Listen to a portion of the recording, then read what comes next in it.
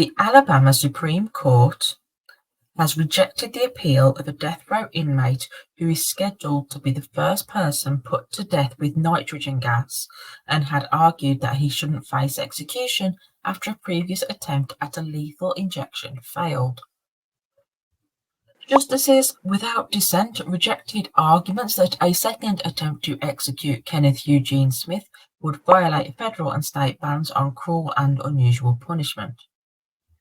A circuit judge had previously rejected Smith's argument, and the decision was upheld by a state appellate court. State justices declined to review the decision.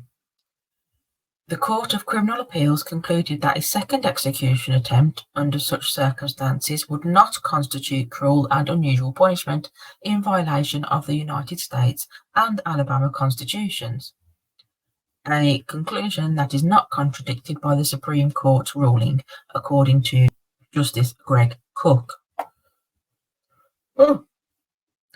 Smith, age 58, is scheduled to be executed on January the 25th, 2024, by nitrogen hypoxia, a method of execution authorized in 3 states, but that has never been used to put an inmate to death.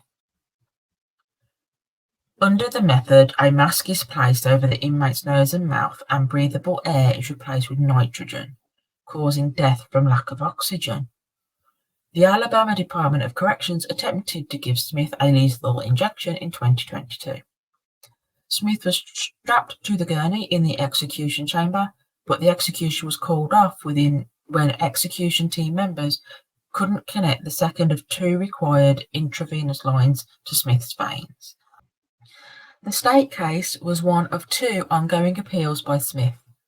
A federal judge in a separate case on Wednesday ruled that the new method did not violate the ban on cruel and unusual punishment, and rejected Smith's request for a preliminary injunction to block the execution. The 11th U.S. Circuit Court of Appeals next week will hear oral arguments in Smith's appeal of that decision. Smith was one of 2 men convicted of the 1988 murder for hire slaying of a preacher's wife. Prosecutors said Smith and the other man were each paid $1,000 to kill Elizabeth Sennett. Now, I am no medical person, but I would assume being put to death with nitrogen gas would come under cruel and unusual punishment. It's definitely unusual. They've said so themselves that it's hardly been used since it was legalized, therefore it is unusual. I don't know if that's a genuine legal argument or not. But damn, Alabama do not play.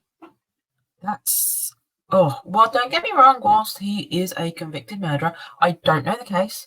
Can't comment as to whether he is guilty or not, but they found him guilty.